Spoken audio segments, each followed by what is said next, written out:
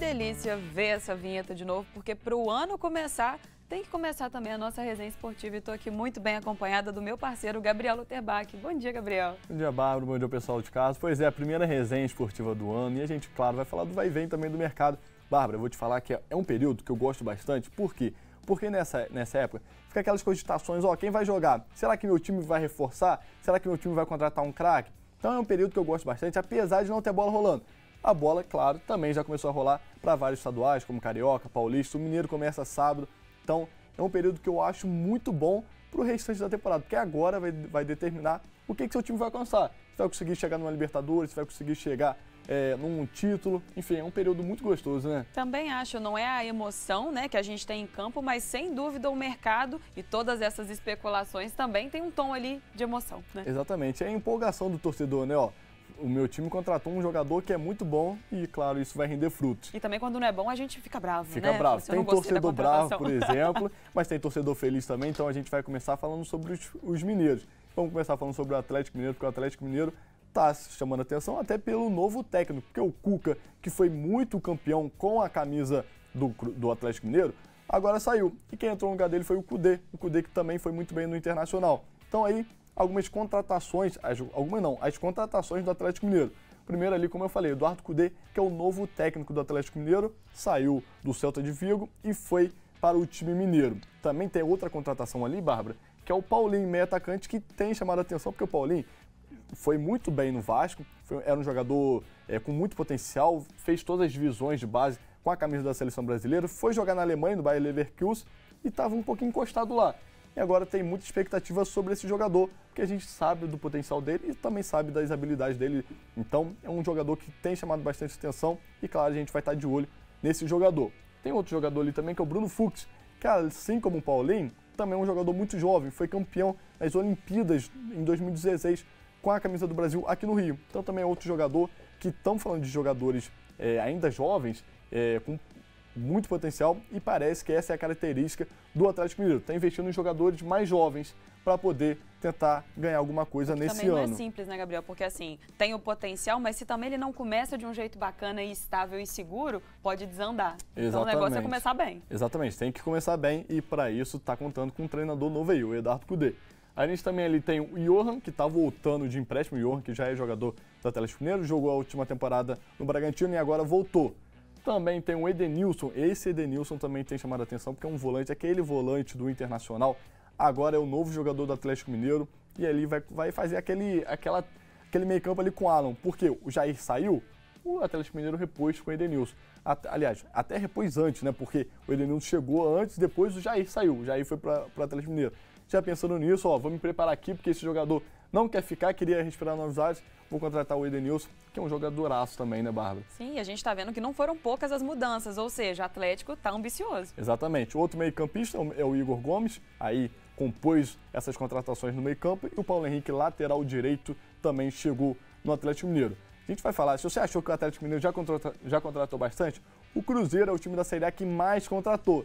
E agora a gente vai mostrar esses jogadores. Cruzeiro que saiu da Série B e agora voltou para a Série A e quer ficar na Série A. E para isso contratou bastante, trouxe bastante reforços. A gente está vendo ali o primeiro, que é o Neres, tem o Anderson, o Rafael Bilu, Matheus Vital, Ramiro, Alisson, Igor Formiga, Nicão, William, Wesley, Reinaldo, Matheus Davó e Fernando Henrique. São vários jogadores. Eu vou chamar a atenção para alguns, Bárbara. Matheus Vital, que era do Corinthians, que é um jogador que estava ali, que era reserva no Corinthians, mas que sempre foi um bom jogador, está respirando novatos, precisava disso também, sair ali do Corinthians, que estava um pouquinho encostado, para poder tentar ser titular. O Wesley também, que é uma das maiores contratações, saiu do Palmeiras e foi para o Cruzeiro. No Palmeiras ele era reserva, mas agora vai tentar também ser titular no Cruzeiro. E o outro jogador também é o Nicão, que já foi um dos melhores jogadores, ganhou o Sul-Americano com o Atlético Paranaense, foi para o São Paulo, não se adaptou, não foi bem e agora está no Cruzeiro. Então essas são as principais contratações dessa lista aí enorme do Cruzeiro. Né? E o Cruzeiro está fazendo reforma não só no time, mas também na estrutura física, né? Na casa. Eles estão assim, já com obra, estão ali quebrando realmente assim o que precisa ser quebrado e reformando o que precisa ser reformado para começar 2023 com esse aspecto novo, não só no time, mas também na estrutura física da casa do Cruzeiro. Exatamente. Eu falei no Bruno Fux e falei no Paulinho, outro jogador também que eu estou vendo ali, o William, lateral direito, também jogou as Olimpíadas. Então, 3 jogadores que estavam nas Olimpíadas e agora está ali em Minas Gerais, em Belo Horizonte. Uma coincidência, né, desse início de temporada. O América Mineiro também se reforçou e trouxe na lateral direita o Nino Paraíba, que é um jogador que também já é conhecido, já tem bastante casca de Série A. E o América Mineiro, pensando nisso, trouxe o lateral. Além dele tem o Nicolas, o Benítez, que já estava na temporada passada e agora ficou de vez no América Mineiro. Tem também o Matheus Gonçalves, o Wanderson, o Dadá Belmonte, que era jogador do Goiás. Então, o América Mineiro, que está fazendo temporadas bacanas, né? Chegou aí para a pré-Libertadores na temporada anterior, sem ser a última, e agora está tentando buscar novamente esse sonho. E para isso se reforçou não tão bem assim, até porque dinheiro do Atlético Mineiro e do Cruzeiro é muito diferente para o capital que o América recebe. Mas dentro do possível, também acho que o América fez boas contratações, né? E, Gabriel, então, a gente entendeu o que se passou aqui no nosso estado, né, em Minas, falamos aí de Atlético, de Cruzeiro e também do América Mineiro. Agora a gente já vai dar uma viajada? Já vamos para o Rio? Vamos viajar, vamos para o Rio de Janeiro, porque o Fluminense, o Flamengo, o Vasco, o Botafogo também se reforçaram. Quem mais se reforçou no Rio até agora foi o Fluminense e o Vasco. Vamos começar falando sobre o Fluminense, porque trouxe jogadores importantes, como o Keno. Keno, que é jogador que jogou na temporada do Atlético Mineiro, foi muito bem no Atlético Mineiro, foi campeão com o Atlético Mineiro e agora reforça o Fluminense. Então vamos começar ali, o Guga também, que era jogador do Atlético Mineiro, Vitor Mendes, que também era do Atlético Mineiro, então parece que teve uma conversa do Fluminense com o Atlético Mineiro. Vamos trocar, né? Vamos trocar um pouquinho. rodízio. Exatamente, então teve 3 jogadores vindo do Atlético Mineiro, tem o Vitor Eudes também, tem ali o Lima, que era do Ceará, o Jorge e o Giovani. Agora a gente vai para o Flamengo. O Flamengo já foi um pouquinho mais modesto, até porque, vamos convenhar, nem precisa tanto de reforço assim, né?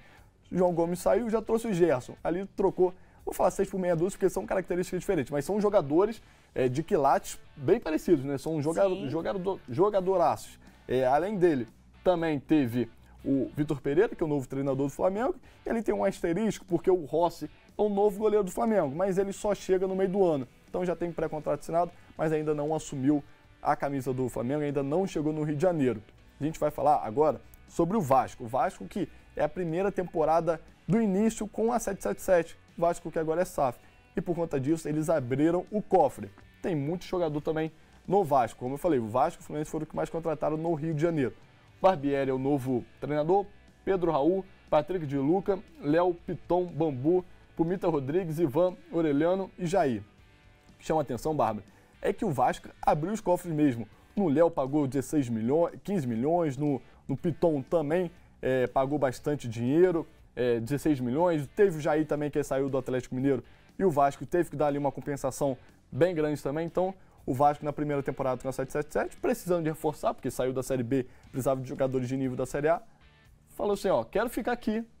Mais Série B não, acabou Série B. E a torcida também não aceitava nada diferente, né? Queria realmente esse investimento, tipo, a gente estava com vocês na Série B, mas agora na Série A a gente quer fazer bonito. Então eles estão mostrando aí. E o Vasco que tem que ficar na Série A pelo time que é, pelo clube que é. Pela então, história. Vasco, pela história, então o Vasco se reforçou para poder se manter.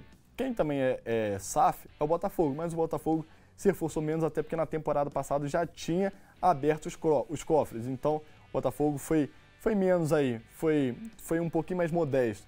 Teve ali o Caio Vitor, que veio para compor também o Sub-23, mas também deve ter algumas chances no Carioca. Teve o Marlon Freitas, que já tinha um pré-contrato assinado na última temporada, o Segovia e o Carlos Alberto, então, as contratações do Botafogo. Vou te perguntar rapidamente, porque são vários times ainda, a gente vai passar por São Paulo, já que a gente também pega em Sorocaba, para o pessoal também de São Paulo ficar atento, mas eu quero saber aí, qual contratação e qual time mais te empolgou até agora? Dos cariocas e dos mineiros?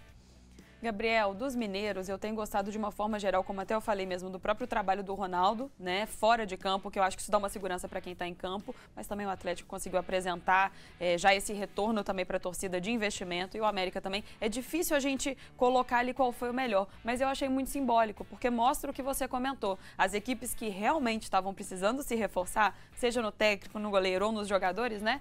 Elas colocaram ali mais dinheiro. E o Flamengo, como você também exemplificou, já estava fazendo uma campanha fantástica no ano passado. Então, assim, não deixou de mexer, mas mexeu muito menos. Então, eu acho que essas contratações representam bem já o histórico, né, mais recente dos times. Exato, eu vou chamar a atenção porque no Rio a gente sempre tinha aquela dupla Fla-Flu ali, o Flamengo muito mais, o Fluminense ali em segundo lugar, brigando. Ano passado até o Fluminense foi campeão do Carioca, o Flamengo ganhou todo o restante no ano. Mas agora a gente já tem um Vasco ali mais forte, tem um Botafogo mais forte. Então é muito bom isso pro Rio de Janeiro. É muito bom. E pra gente que gosta de futebol, então ver dificuldade é maravilhoso. Minas Gerais era a mesma coisa, porque o Atlético Mineiro estava no auge e o Cruzeiro estava lá na Série B, nem conseguindo sair da Série B. Destoava completamente. Exatamente. Agora a gente já vê um Cruzeiro muito forte, o Atlético Mineiro forte também. Então essa competitividade, logicamente, é muito bom para todos esses times. A gente vai para São Paulo agora, porque senão não vai dar tempo. São várias contratações e a gente está fazendo um geralzão aqui para o pessoal de casa. A gente vai começar com o Corinthians, porque o Corinthians também se reforçou já pelo técnico, porque o Vitor Pereira saiu do Corinthians, foi para o Flamengo e o Corinthians precisou repor essa saída. Então o Fernando Lázaro é o novo zagueiro, é o novo técnico do Corinthians. O Romero também é o novo atacante do Corinthians, o Romero que já tinha saído do Corinthians, era um jogador que fez bastante sucesso com a camisa do Corinthians e agora voltou.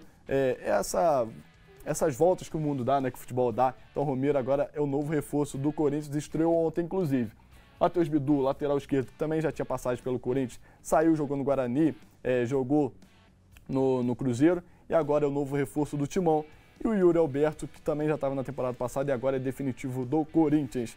A gente vai falar agora sobre o São Paulo, porque o São Paulo também tem alguns reforços. Mas o que mais chamou a atenção foram as saídas. O São Paulo perdeu muitos jogadores, como o Patrick, que deve assinar com o Atlético Mineiro, deve ser anunciado em breve. Por isso que ainda não estava ali, porque ainda não é oficial. E já vi torcedor insatisfeito na rede Exatamente. social. O São Paulo também se reforçou, mas se reforçou menos.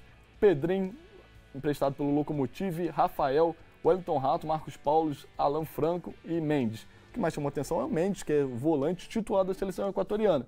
Então, o São Paulo se reforçou ali principalmente no meio-campo. A gente está falando do Mendes, está falando do Marcos Paulo, que também joga ali no meio-campo, o Wellington Rato, que joga ali na ponta. Então, se reforçou mais do meio para frente.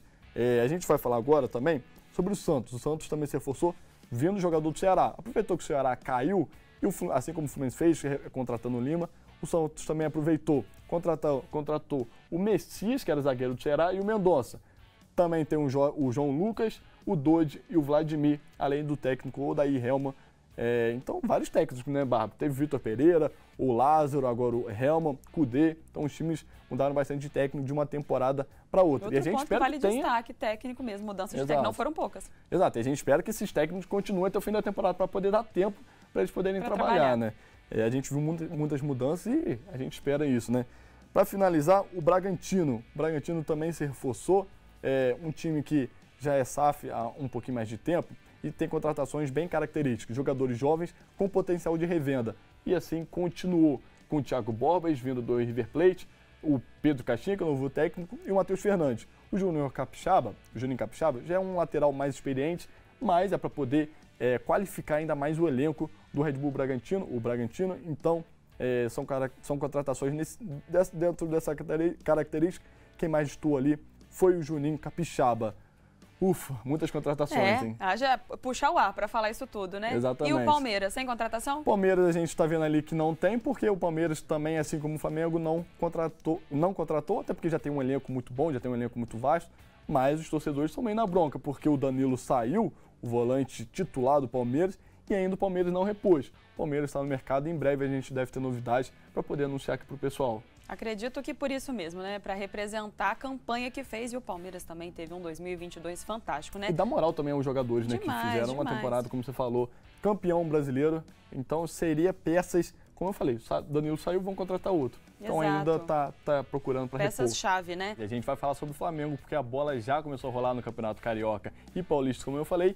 E ontem o Flamengo teve o primeiro revés, como a gente vai conferir agora nos melhores momentos da partida. A primeira boa chance só foi aos 32 minutos, na cabeçada de Léo Pereira, após cruzamento de Gabigol, com o goleiro Dida fazendo uma defesaça. Na etapa final, após o técnico Vitor Pereira mexer na equipe, Cebolinha começou a jogada, tocou para Arrascaeta, que deixou o Gabigol na cara do gol. O atacante finalizou, mas acertou a trave. E ficou por aí. A quarta-feira em Cariacica não era dia rubro-negro. Agora eu vou chamar a Bárbara aqui para a resenha, porque eu quero saber da Bárbara se a gente pode considerar esse resultado como o primeiro revés do Vitor Pereira desde que ele assumiu o Flamengo. Apenas o segundo jogo, o primeiro jogo, quem estava comandando era o técnico da base. O primeiro jogo do Vitor Pereira, ele ganhou. Agora esse segundo, Flamengo contra Madureira, empate. Primeiro revés, Bárbara? Empate, acho que também já mostra que... Acho que o empate, talvez, dependendo do contexto, ele fica mais próximo da vitória do que necessariamente da derrota. Então, assim, Flamengo até agora sem derrotas, né? Vitória, empate. E acho que tá muito cedo para tirar qualquer conclusão, Gabriel. A galera tá entrando no ritmo aí. Eu vou concordar com a Bárbara, porque a segunda partida apenas dos titulares. A gente sabe que o Flamengo jogou no domingo, já voltou a jogar na quarta-feira. No início de temporada, a perna pesa ainda mais. Então, a gente viu até um Flamengo muito lento. Um Flamengo que no primeiro tempo estava um pouquinho mais incisivo, foi quando tinha fôlego. No segundo tempo, a perna pesou, o técnico começou a fazer substituições. O Ayrton Lucas, por exemplo, lateral esquerdo, ele jogou no domingo, jogou novamente quarta-feira. Então a perna dele já não estava aguentando. Aí não tem o Felipe Luiz, que é o lateral reserva. Teve que colocar o Marinho. Aí o pessoal já começou a falar assim, o professor Pardal começou a inventar moda igual o Paulo Souza. Porque o Flamengo ainda tem essa mística do Paulo Souza. Colocar atacante fora de posição, enfim. Então teve já essas comparações. Mas calma, o Ayrton Lucas não tinha condições. Quem ia colocar na lateral esquerda, já que o Felipe Luiz não tinha jogo? Colocou um canhoto, que é o Marinho, para poder jogar na lateral esquerda. Então a gente tem que ter muita calma com essas comparações. E como eu falei, é apenas o segundo jogo da temporada. Essas distâncias curtas pesa ainda mais a perna. E o Flamengo tem um elenco e tem tudo para poder fazer mais um ano brilhante, assim como foi no ano passado. Com certeza, Gabriel. E acaba que o estadual, por ser esse primeiro campeonato assim de volta do ano, ele é também uma forma de teste. Então é o momento de conseguir ali ver determinadas combinações, fazer alguns testes, não desmerecendo o estadual, mas ele acaba sendo uma oportunidade de fazer ali esses ajustes e essas propostas ali, esses testes para conseguir se ajeitar para o resto do ano, que ainda é longo. Exatamente. Esse jogo teve uma curiosidade também, porque o jogo atrasou por 15 minutos. Sabe por quê, Bárbara? Porque acabou o remédio, não tinha remédio na ambulância, os remédios estavam vencidos, avisado pela Anvisa. Então o juiz falou assim, vamos esperar até vir uma outra ambulância com outros remédios para poder começar a partida, porque vai que alguém machuca e precisa de um remédio ali. Pelo menos o juiz foi prudente. E ainda bem que não aconteceu nada. Exato, mas errado eles não estão, né? Vamos fiscalizar isso aí, gente, pra gente não perder 15 minutos de jogo. Coisa de campeonato carioca, coisa de campeonato regional, porque no campeonato brasileiro a gente não vê isso, né? Não, a gente não vê isso. Coisa de campeonato carioca, realmente. A gente vai colocar a classificação e depois eu já vou pedir pro pessoal ir preparando a artezinha dos jogos de hoje, porque hoje tem mais bola rolando, tem Botafogo e também tem o Vasco. Mas vamos começar com a classificação, enquanto isso o pessoal vai preparando. Então vamos lá. Ainda é muito cedo, apenas a segunda rodada. Para o Flamengo já é terceiro, porque o Flamengo antecipou uma rodada por conta das decisões, como a Supercopa. Então tá ali o Flamengo com 3 jogos, poderia chegar a 9, mas tem 7, perdeu os 100% de aproveitamento. O Fluminense está ali em segundo porque venceu as 2 partidas. Então é o único time 100% até aqui. O Fluminense jogou as 2 partidas até aqui com os titulares. O Flamengo jogou uma partida com o Sub-23 e 2 com os titulares. Bangu, Audax, Portuguesa, Madureira e Vasco ali com uma partida só e um empate. O Vasco que vai entrar em campo novamente hoje, assim como o Botafogo. Gabriel, a gente está aqui em Juiz de Fora, estamos em Minas. Vamos chamar o Mineiro? Porque a gente tem imagem. Vamos chamar o Mineiro, porque o Campeonato Mineiro também já vai rodar a partir do fim de semana. O Atlético Mineiro vai dar o start, vai estrear contra a Caldense. Só no sábado, como eu falei, 4h30 pelo Campeonato Mineiro na Arena Independência. Patrocinense e Cruzeiro também no sábado às 7h. E Pouso Alegre contra América Mineiro no domingo às 6h30. Então esses são os jogos do Campeonato Mineiro que vai estrear no sábado. Mas ontem ainda teve bola rolando também pelo Campeonato Paulista e teve Corinthians ganhando por 3-0 depois de ter perdido na estreia para o Red Bull Bragantino. Então respondeu o torcedor e é isso que a gente vai conferir agora. O Corinthians começou a temporada da forma que terminou. Yuri Alberto, o artilheiro do Timão, fez o primeiro na temporada.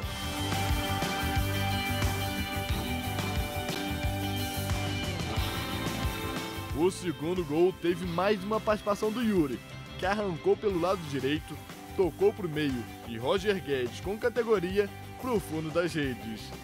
E assim como o segundo gol, mais uma vez, Yuri tocou para o meio e Roger fechou o placar. Não é replay, Corinthians 3-0.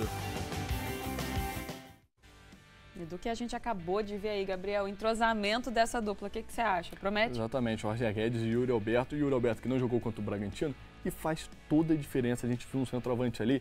Vou dar até uma opinião aqui, que o pessoal de casa eu acho que vai concordar comigo.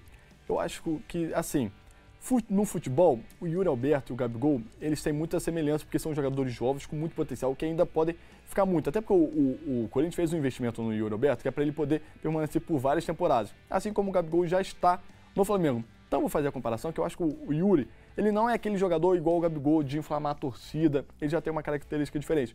Mas no futebol, ele tem potencial para se tornar ídolo do Corinthians, assim como o Gabigol já é do Flamengo. Eu estou falando de dois centroavantes. Você concorda comigo? E centroavantes jovens, então realmente Exato. assim, a promessa de ter vida longa, né? E de conseguir envolver cada vez mais a torcida e talvez com o tempo ele consiga isso, né? Já que não é esse perfil dele, talvez ele seja mais na dele, né? Não Exato. tem essa coisa tão de envolver mesmo a torcida e de chamar a torcida. Pode ser que com o tempo esse amor cresça. Exatamente. E pareceu um Corinthians totalmente diferente da estreia contra o Bragantino.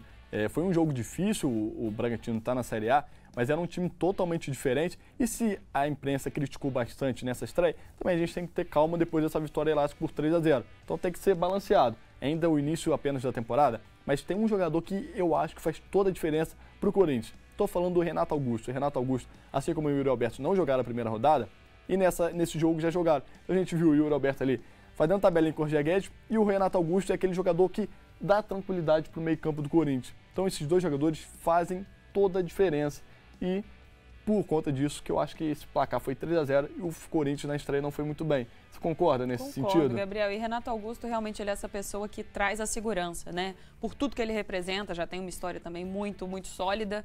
Então ele proporciona essa garantia, essa segurança para o resto do elenco.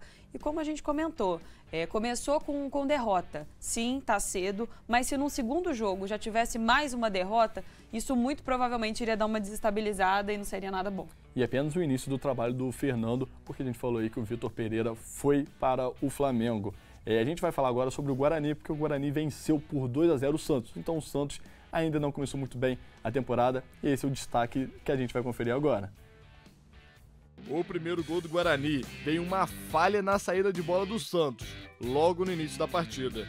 João Paulo tocou errado para Bauerman. Na recuperação do Guarani, João Paulo fez pênalti. Giovanni Augusto não perdoou. O segundo gol também veio no início da etapa final. Careca, aproveitando mais uma desatenção da defesa santista, se posicionou atrás dos marcadores para fechar o placar. Guarani 2-0. E Gabriel, curioso é pensar que o goleiro do Guarani, ele só trabalhou mesmo ali naquela hora da falta do Dodi. Exatamente, o Santos que não estava inspirado ontem, não era o dia do Santos, mas o que vale para o Flamengo, o que vale para o Corinthians, também, logicamente, vale para o Santos. Concordo. Apenas no início da temporada, os jogadores ainda não estão no ideal físico, não estão no ideal técnico, então é muito cedo. O Odair Hellmann está apenas no início do trabalho dele. Mas chamou atenção porque o Santos não jogou essa partida. Só teve uma falta, que é a bola parada, que o Dodi tentou chutar e o goleiro do Guarani fez uma defesa ali tranquila. O restante só deu o Guarani. Então o Guarani e esses times assim de Série B, os times também menores, eles já estão treinando há mais tempo. Trazer uma comparação, no Rio, os times estão treinando desde novembro. Eles não pararam. Enquanto o Flamengo, os jogadores do Fluminense, o Vasco, o Botafogo, pararam, tiveram as férias ali de fim de ano, eles estavam treinando desde novembro. Então eles já estão num físico muito ideal comparado a esses jogadores. Então, claro, tecnicamente esses jogadores do Flamengo, Fluminense são melhores, mas o físico também é muito importante no futebol. Então a gente vê um Guarani correndo muito mais, dando muito mais a vida, tanto que recuperou a bola do primeiro gol e no segundo gol, e tecnicamente o Santos ficou aquém, porque o físico não ajuda. É como se o Santos ainda estivesse ali na fase de aquecimento, né, e o Guarani já tivesse pronto. E outro compromisso também que eu acho que interfere demais emocionalmente é que, como a gente falou, para os grandes, a gente está falando ali de um estadual, que é uma garantia, um carimbo de, ó, estamos preparados para o que vier, mas para os times que não têm tanta, às vezes, visibilidade, tanto reconhecimento assim nacionalmente, é a chance da vida. Então, assim, eles também já entram em campo com uma postura completamente diferente. E a chance deles aprontarem também, né, Bárbara? Porque vão aproveitar que eles não estão no ideal e vão poder, vistos. exatamente, vão poder ali fazer uma surpresinha, a famosa zebra que a gente viu muito na Copa do Mundo. Então, eles vão aproveitar esse momento para poder dar um trabalhinho. A gente tem arte também dos jogos de hoje, porque o Campeonato Paulista tem mais bola rolando hoje. A gente não viu o jogo do Palmeiras, porque o Palmeiras joga hoje. O São Paulo também joga hoje. Então, temos mais bola rolando, é a arte do dia anterior, do jogo do Palmeiras e do São Paulo. Agora sim, Ferroviária contra São Paulo hoje às 7h30 e também tem Botafogo contra o Palmeiras. Então, são bastante jogos. Agora a gente vai conferir a classificação. Muito no início, calma. A gente vai ver ali um Santos não muito bem, mas ainda é início de temporada, como a gente já falou. Ali, o Bragantino é o líder com 4 pontos, o Botafogo está em segundo, o Santos ali em terceiro, fora da zona de classificação, mas como eu falei, tudo no início.